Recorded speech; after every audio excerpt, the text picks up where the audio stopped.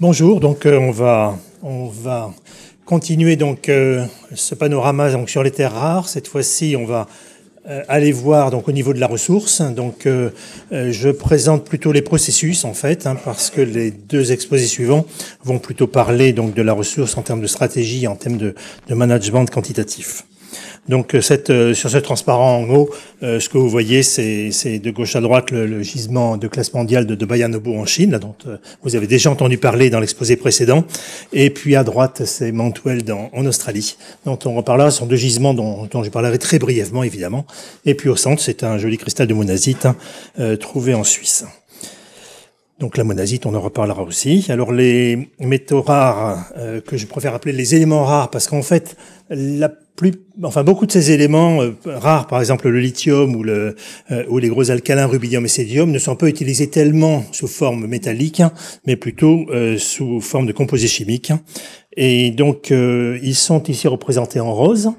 Et on vous a également présenté, donc je ne le ferai pas évidemment, donc les lanthanides qui sont ici. Donc moi je me limiterai donc à parler donc des processus qui amènent les concentrations en lanthanides ici, et en éléments rares je me contenterai de parler du lithium et du césium et juste un tout petit peu de niobium tantal, mais c'est évidemment on manque un petit peu de temps et surtout que j'ai compris qu'il fallait accélérer un petit peu.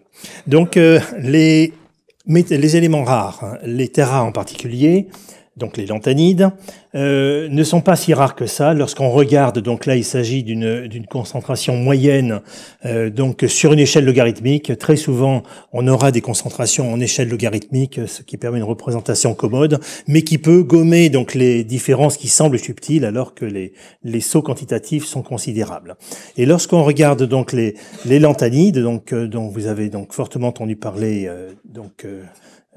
depuis le début de la réunion, eh bien on voit qu'on est à plusieurs ordres de grandeur au-dessus des éléments les plus rares.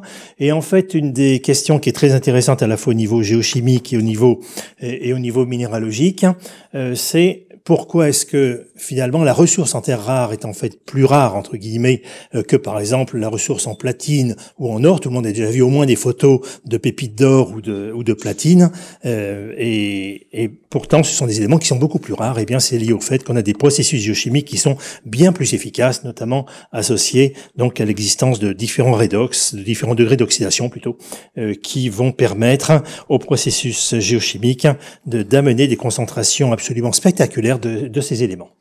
Et donc d'autre part, eh bien ce que l'on voit, c'est ces variations de concentration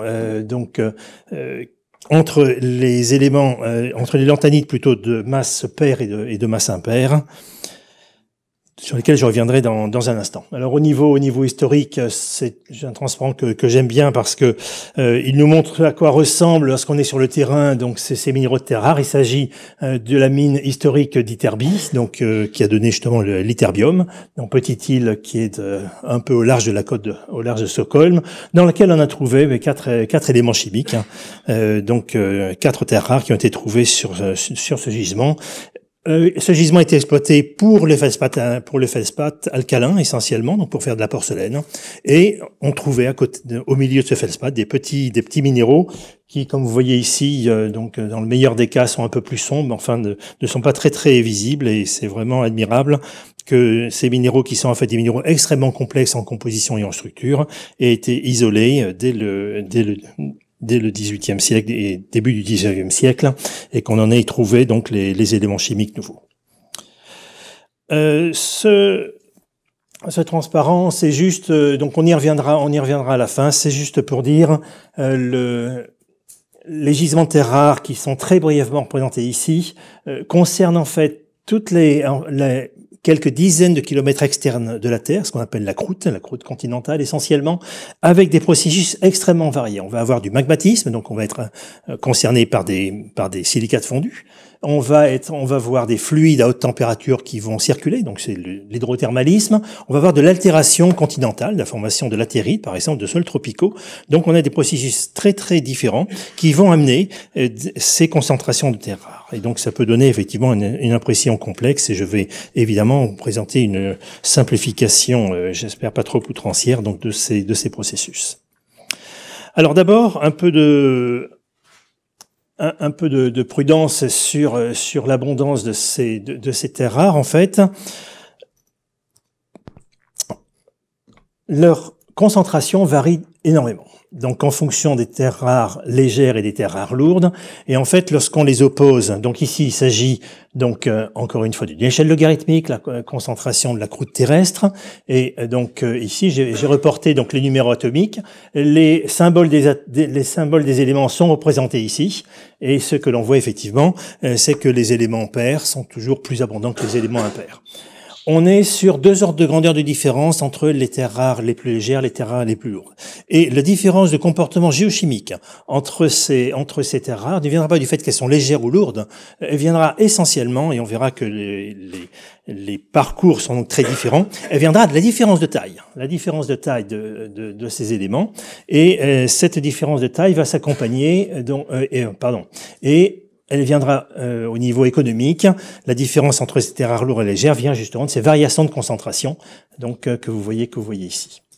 Donc, ce que l'on fait en géochimie, c'est pour s'abstraire donc de ces grandes variations à la fois de ces variations quantitatives entre les terres rares les plus légères, donc comme le lantane, et les plus lourdes comme le lutécium, pour s'abstraire de ces variations en dents de scie, on va les normaliser par rapport à ce que l'on pense être l'ancêtre le plus initial. Donc, généralement, on prend une météorite primitive qu'on appelle des chondrites CI.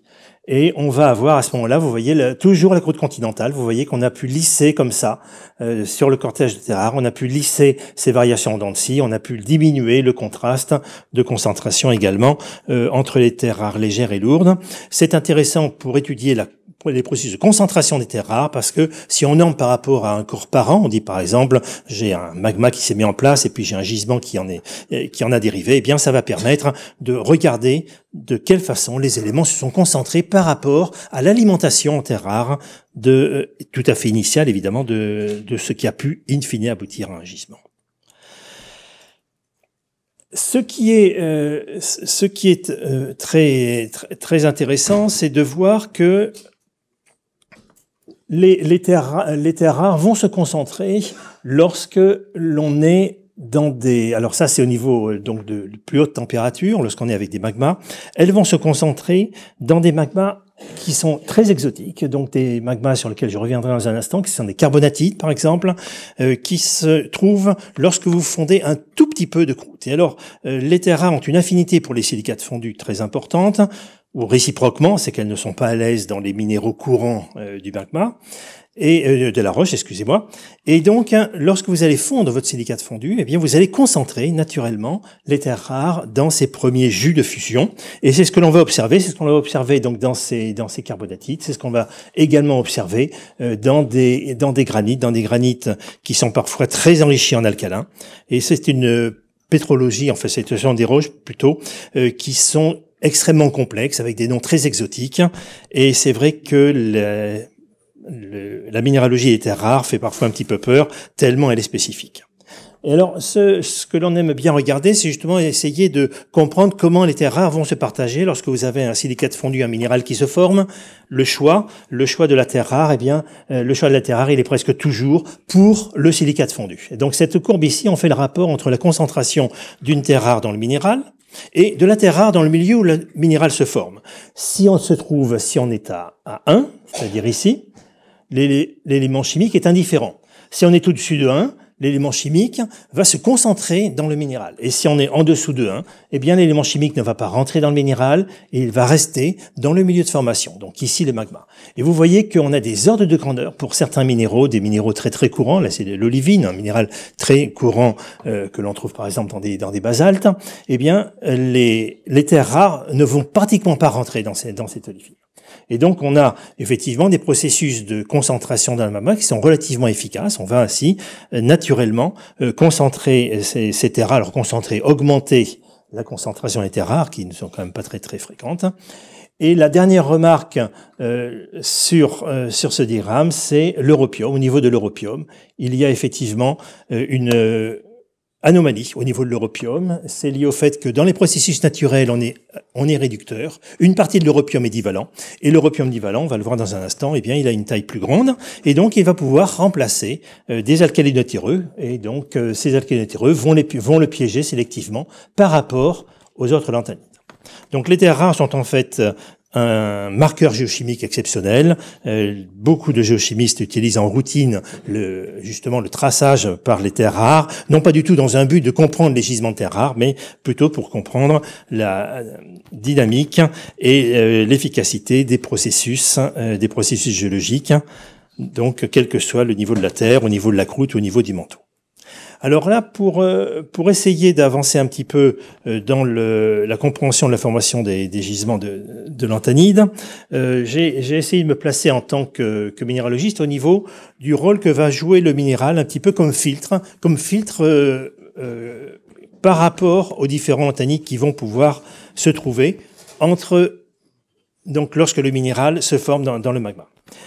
Alors, on a effectivement, ce que l'on voit, c'est que ce que l'on peut penser plutôt, c'est que ces terres rares restent dans le magma parce qu'ils ne trouvent pas de place dans les minéraux, et donc le magma qui va continuer à évoluer, eh bien, va se concentrer progressivement en terres rares, ou alors c'est parce qu'ils vont être piégés, préférentiellement dans ce magma, donc c'est l'œuf ou la poule en fait, et soit c'est parce qu'ils ne trouvent pas de site qui les accommode dans le minéral, soit c'est parce qu'ils sont très bien dans le silicate fondu.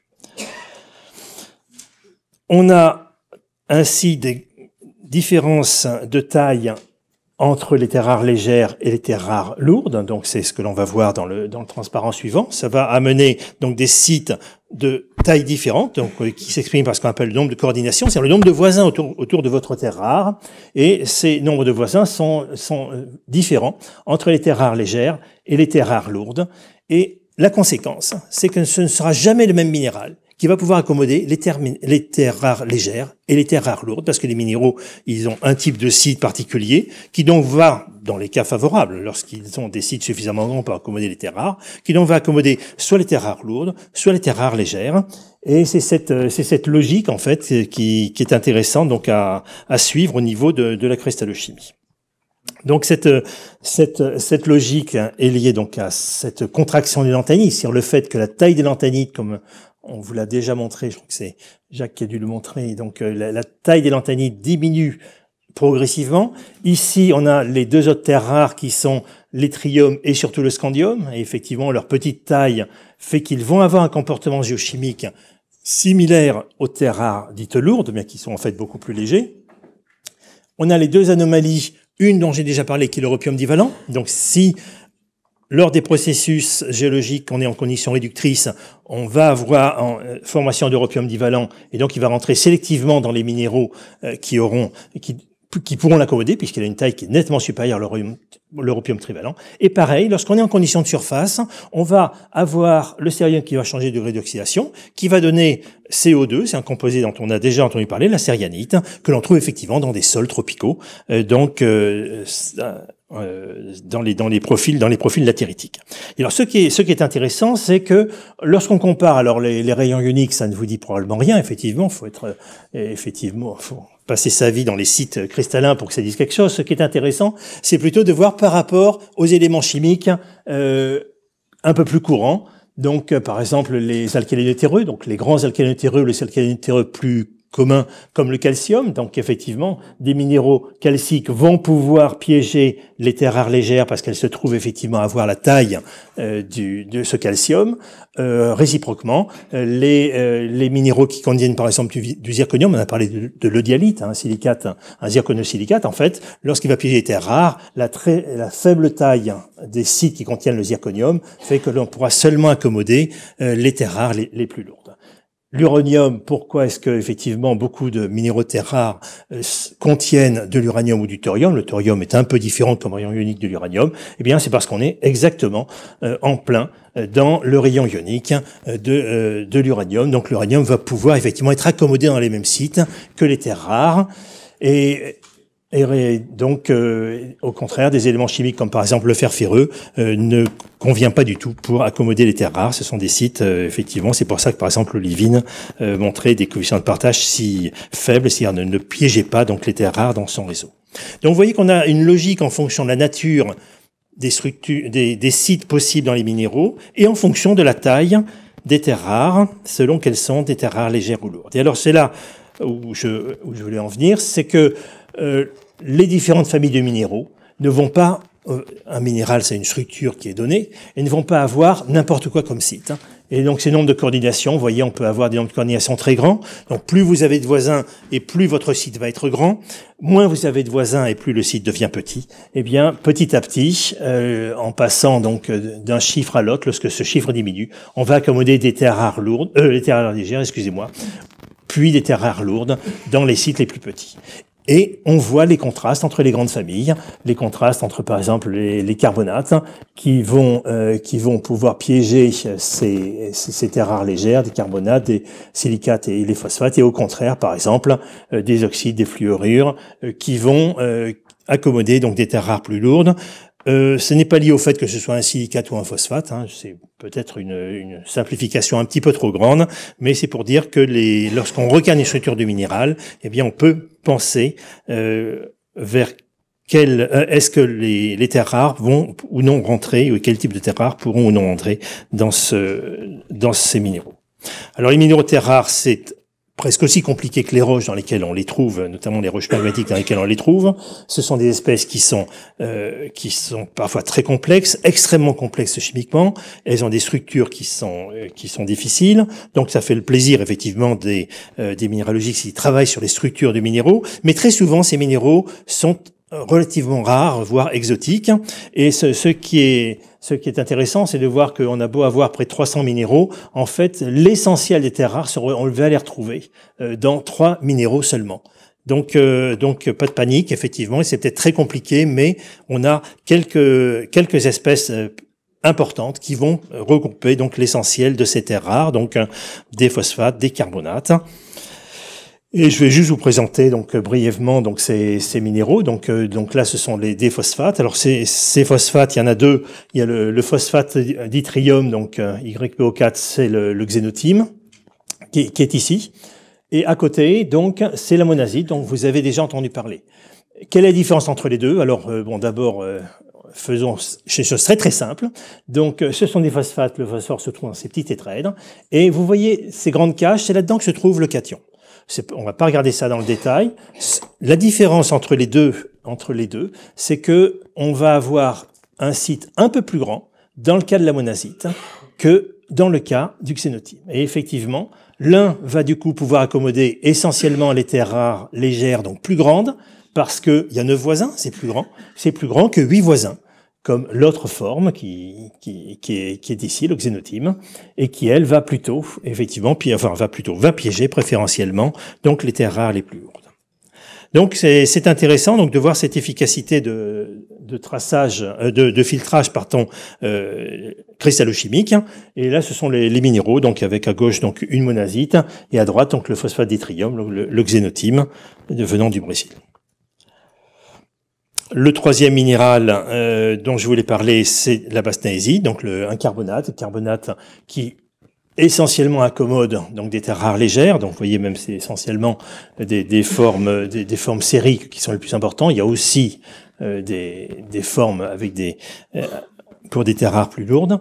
Mais ce qui est intéressant, c'est de voir que notamment dans ces bastnaésites sériques, eh bien, les sites sont extrêmement grands. Et là aussi, donc 8 oxygènes, 3 fluor, ça vous fait 11 voisins. 11 voisins, c'est énorme. Et c'est ça qui vous permet donc d'héberger donc les terres rares les plus légères.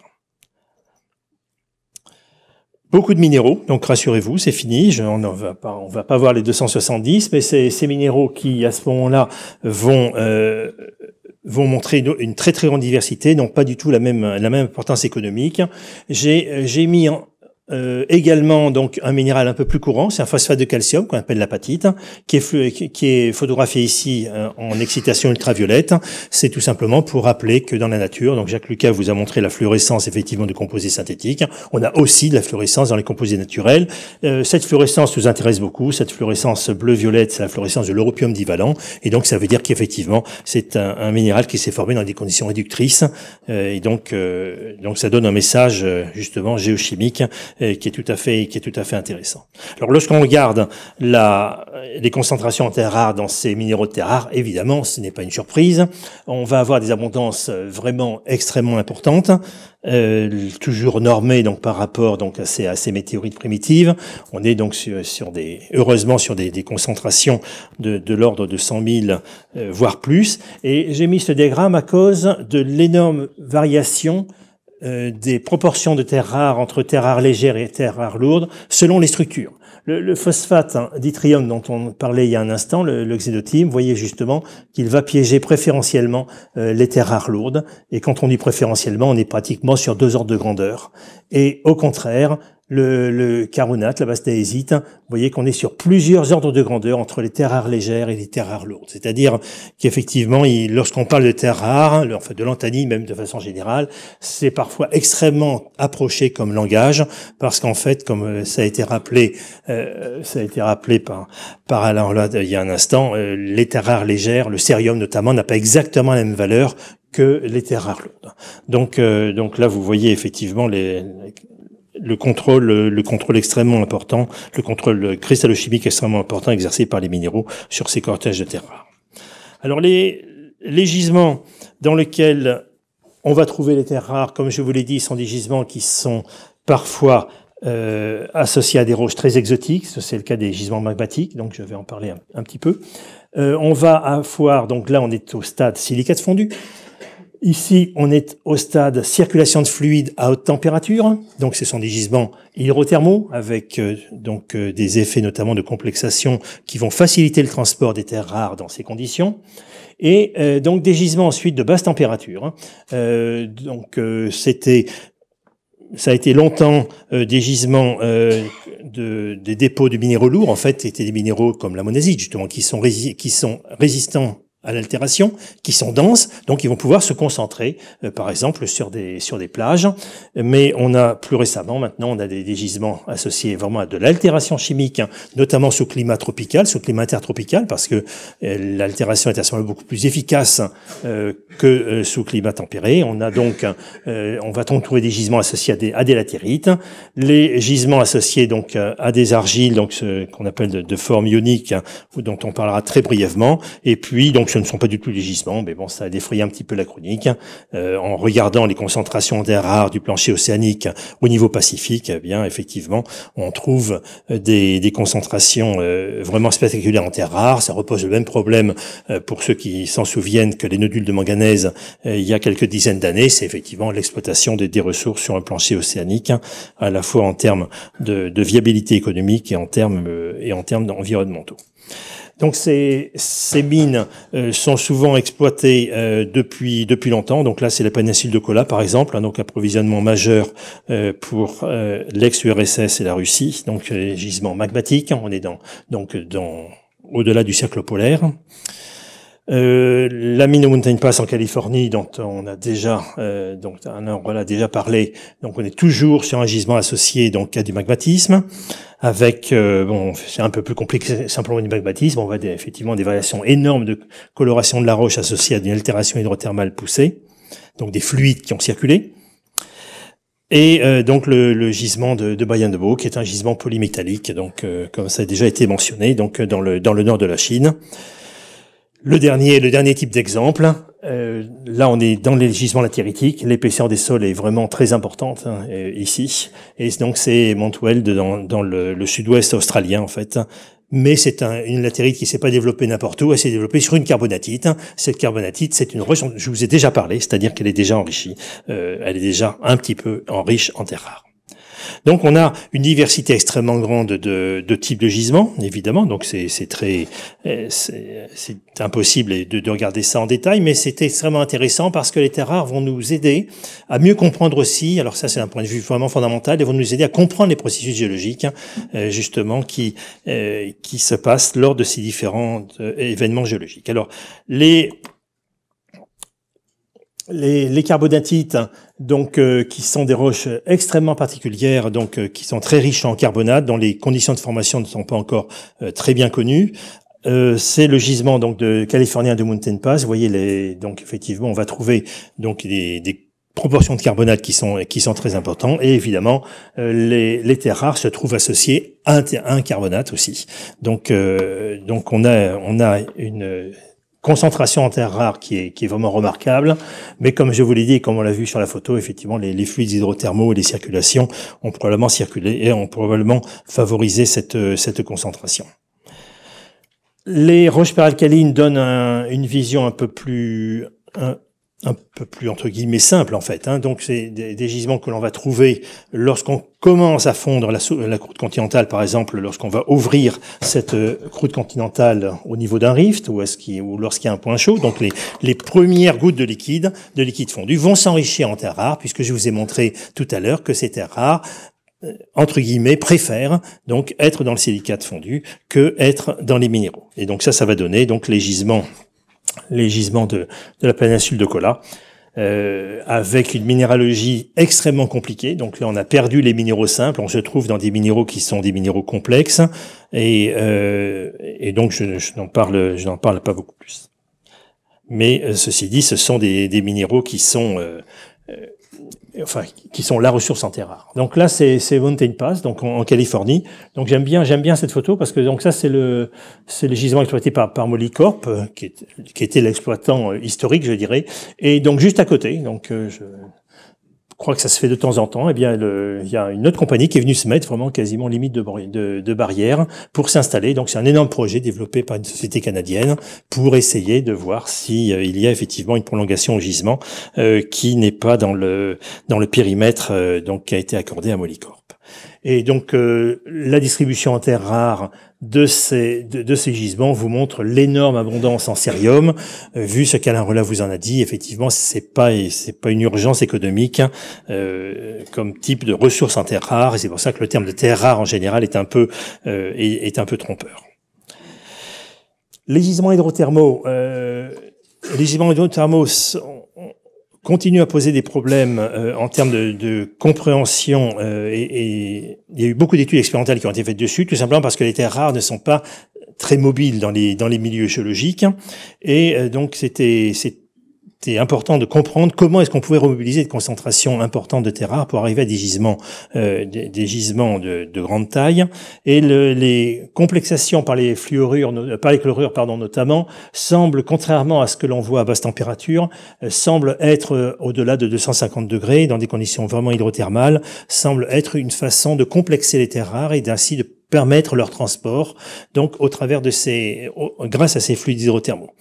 Donc, lorsque les conditions géologiques sont favorables, c'est-à-dire lorsque ces fluides qui transportent les terres rares ne vont pas se perdre et se diluer dans l'environnement géologique, mais vont être guidés, par exemple, par de la tectonique, c'est-à-dire donc le long de directions préférentielles, vous allez effectivement pouvoir donc collecter donc votre troupeau de moutons là que vous pouvez ainsi guider donc sur un espace qui est limité. Donc ça, c'est effectivement la façon dont on explique le gisement de Bayanobo, qui est donc le plus grand gisement du monde actuellement exploité. Et effectivement, ce qui est intéressant, c'est que les indications de température, donc vous voyez, on se trouve effectivement à quelques petites centaines de degrés, enfin quelques centaines de degrés, donc on est au voisinage de l'hypercritique, et surtout, on a des saumures qui sont concentrées en NaCl, donc indiquant qu'on avait effectivement du chlore qui a circulé dans ces fluides. Donc on est avec une minéralisation qui est essentiellement caractérisée par de la monazite, donc le phosphate, et donc concentrant essentiellement les terres rares légères, et donc les carbonates concentrant également essentiellement ces terres rares légères. En surface, on va avoir donc on constate une mobilité en général faible des terres rares. Ça veut dire qu'effectivement ces terres rares ne vont se concentrer que parce que petit à petit vous dissolvez la roche lors de l'altération, et les terres rares vont à ce moment-là rester sur place. Donc elles ont un comportement vraiment résiduel. Ces facteurs d'enrichissement lors de l'altération supergène ont été évalués par exemple dans le cas de Bontwell, dans donc le gisement australien, un facteur 10. Donc ça permet effectivement d'avoir cet enrichissement sur le lieu de préconcentration. Dans d'autres cas, donc on va avoir précipitation donc de ces terres, essentiellement de cérium lié à son oxydation. Donc ça veut dire que le cérium a circulé. Et donc ça c'est un débat, pas du tout un débat, ça s'observe, mais évidemment on a absolument pas le temps, et puis je pense pas que ce soit le lieu pour ça, mais effectivement, lorsqu'on dit que les terres rares sont immobiles au niveau supergène, au niveau de l'altération terrestre, c'est une très grande approximation. Si vous êtes en conditions réductrices, si vous avez par exemple de la matière organique, vous allez pouvoir remobiliser ces terres rares. Et c'est ce que l'on observe effectivement dans la réalité.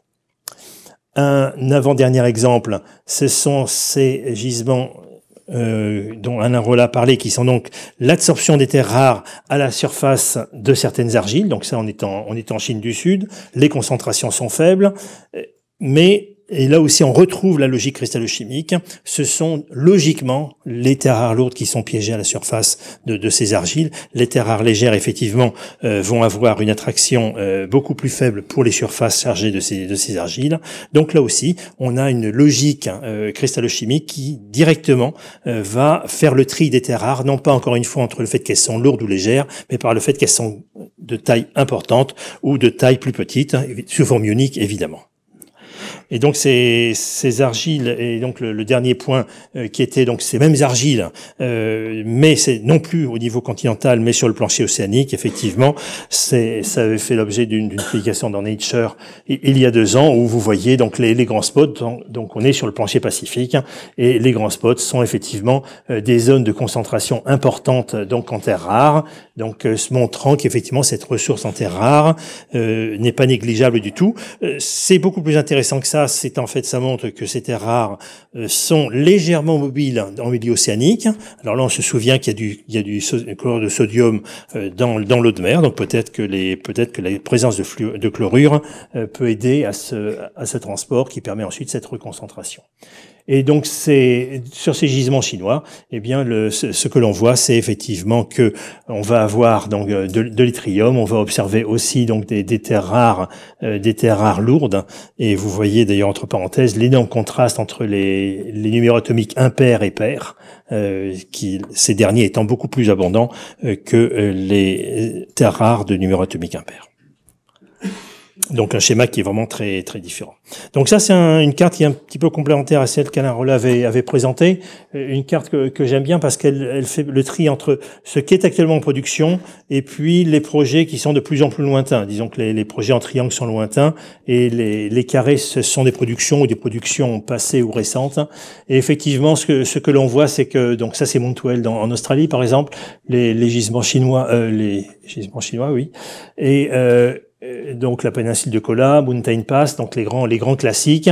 On voit l'abondance de projets, et ces projets, vous voyez que c'est à l'état de triangle, et c'est effectivement, on est encore dans un process d'exploration, et donc les circonstances économiques, et ça c'est pas du tout le but de mon exposé, ne semble peut-être pas idyllique pour toutes.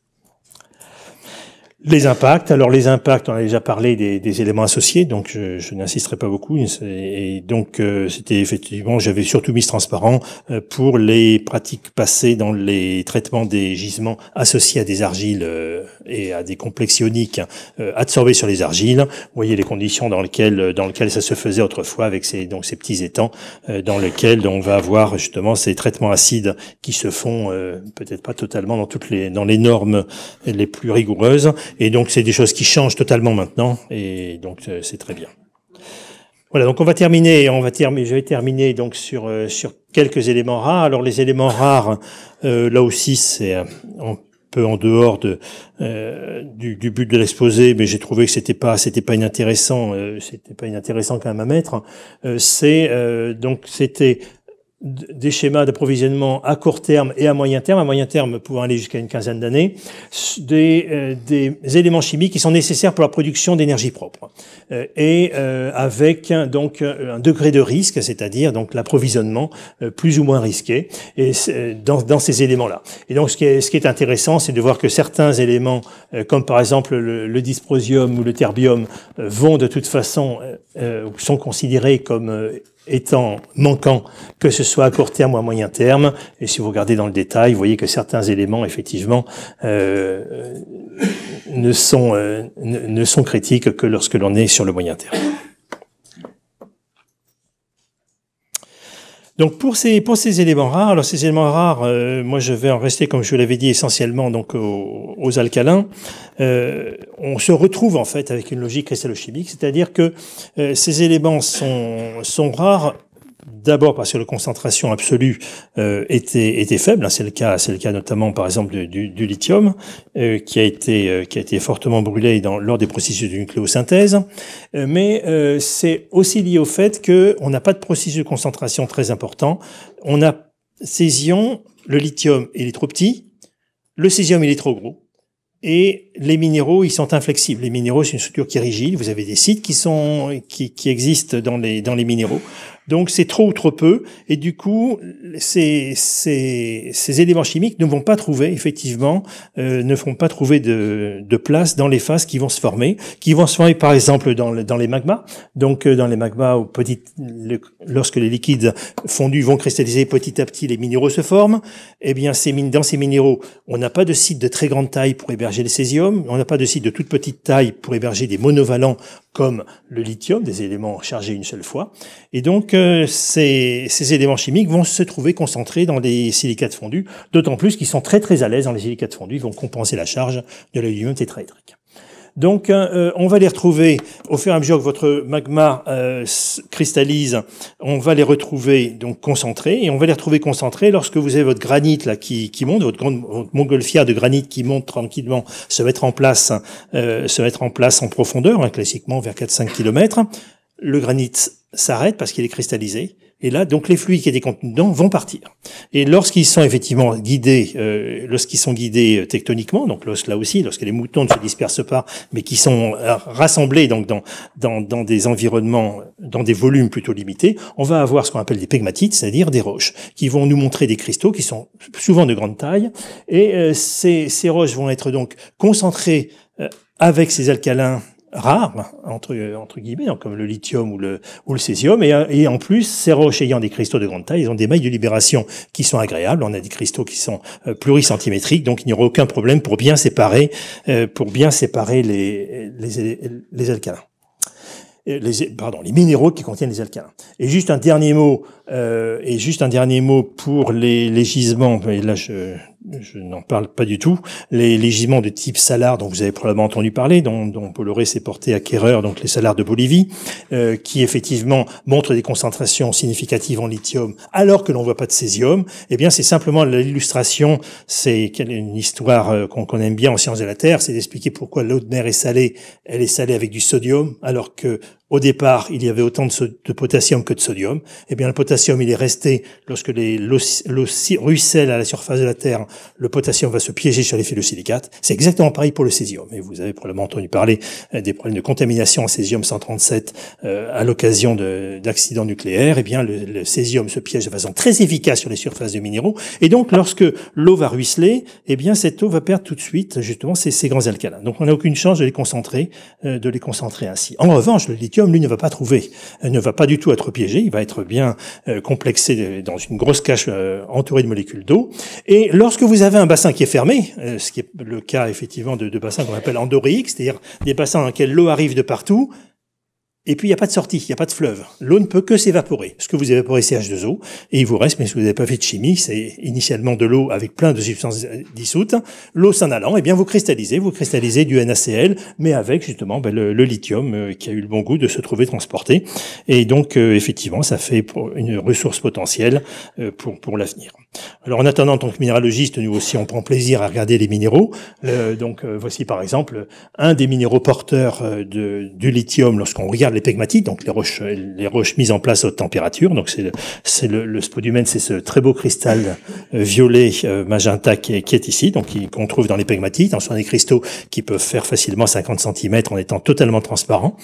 Et donc un minéral de césium cette fois-ci. Donc c'est la polluchite, c'est ici, c'est ce cristal un peu massif qui semble pas très beau, mais qui est quand même très joli. Enfin, quand on est amateur, c'est très joli.